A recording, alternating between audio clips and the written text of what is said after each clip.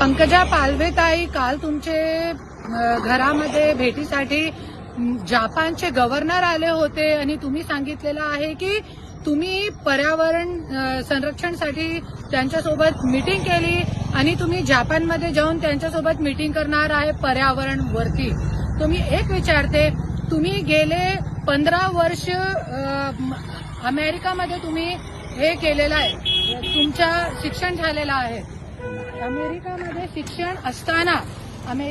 शिक्षण करताना आणि त्यानंतर तुम्ही आज गेले 60 वर्ष पासून मुंडे घराण्याची सत्ता असताना तुम्ही मंत्री होत्या, तुमची बहीण खासदार होती, तुमचा भाऊ मंत्री होता, तरी पण आज बीडमध्ये जानवर लोकांची काय अवस्था आहे, तुमचे घरचे जानवर जे आहे ते दाखवून तुम्ही जपानच्या लोकांना आणि त्यांना चांगलं वाटलं, कौतुक वाटला.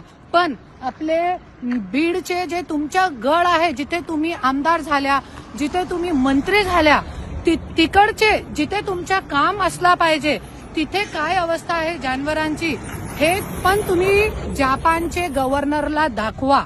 आणि जपानमध्ये तुम्ही अमेरिकामध्ये शिक्षण घेतलं आहे, तरी पण तुम्ही काय शिकून आला नाही तिकडून, क्योंकि शिकून आला असता तो बीडमध्ये चांगला काम केला असता आणि सत्ता तुमच्या हातामध्ये होती, तरी पण तुम्ही काहीही काम केला नाही. आणि आज तुम्ही बघू शकता हे जे आहे हे बीडची अवस्था आहे आणि बीडची अवस्था किती घाण आहे, जानवर सुद्धा राहू शकत नाही. आणि तुम्ही बघू शकता की इतके जानवर जे आहे, आज शेतकरी लोकांकडे इतके पण पैसे नसते की ते जे गायसाठी चारा आणि त्यांचं पालन पोषण चांगल्या पद्धतीने करू शकतात, इतके पैसे पण नाही असते. त्याच्यासाठी शेतकरी लोकांना आपले गाय, आपले जानवर जे आहे ते रोडवरती सोडावं लागते. आणि तुम्ही बघू शकता की जानवर लोकांना, गाय लोकांना आपल्या जे कचरा कुंडीमध्ये मूग टाकून कचरा खाव आणि जीवन आपला व्यापन करावं लागते.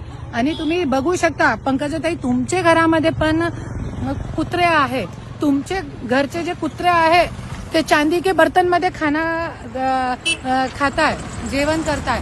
पण बीडचे जिथून तुम्ही आमदार झालाय, जिथून तुम्ही मंत्री झालाय, आज तुमच्या घराण्याची 60 वर्षापासून सत्ता आहे, तिकडची काय अवस्था आहे तुम्ही बघू शकता. ते कुत्रे लोकांची काय अवस्था आहे.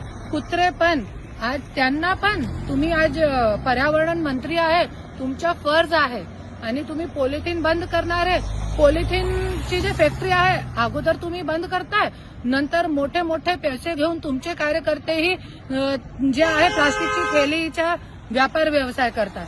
त्याच्यासाठी मोठे मोठे भाष्य आणि खूप विचार करून बोला, जे करू शकता तेच बोला.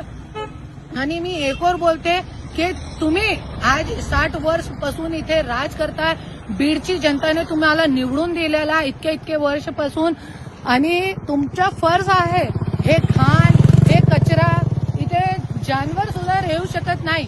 आणि सबसे एकदम हास्यप्रद गोष्ट जे आहे, इकडे एक जे आमदारच्या घर आहे, काय नाव आहे त्यांचं, सोळंके, बीडचे आमदार आहे, त्यांच्या घरच्या समोर इतका कचरा आहे. आज बीडमध्ये कोणीही असा आमदार, खासदार, कोणीही नगरसेवक सुद्धा लक्ष देत नाही. फक्त हे लोकांच्या राजकारण करताय आणि लोकांना कचऱ्यामध्ये जिण्यासाठी सोडताय. हे बघा हे काय अवस्था आहे, पूर्ण दिखाव.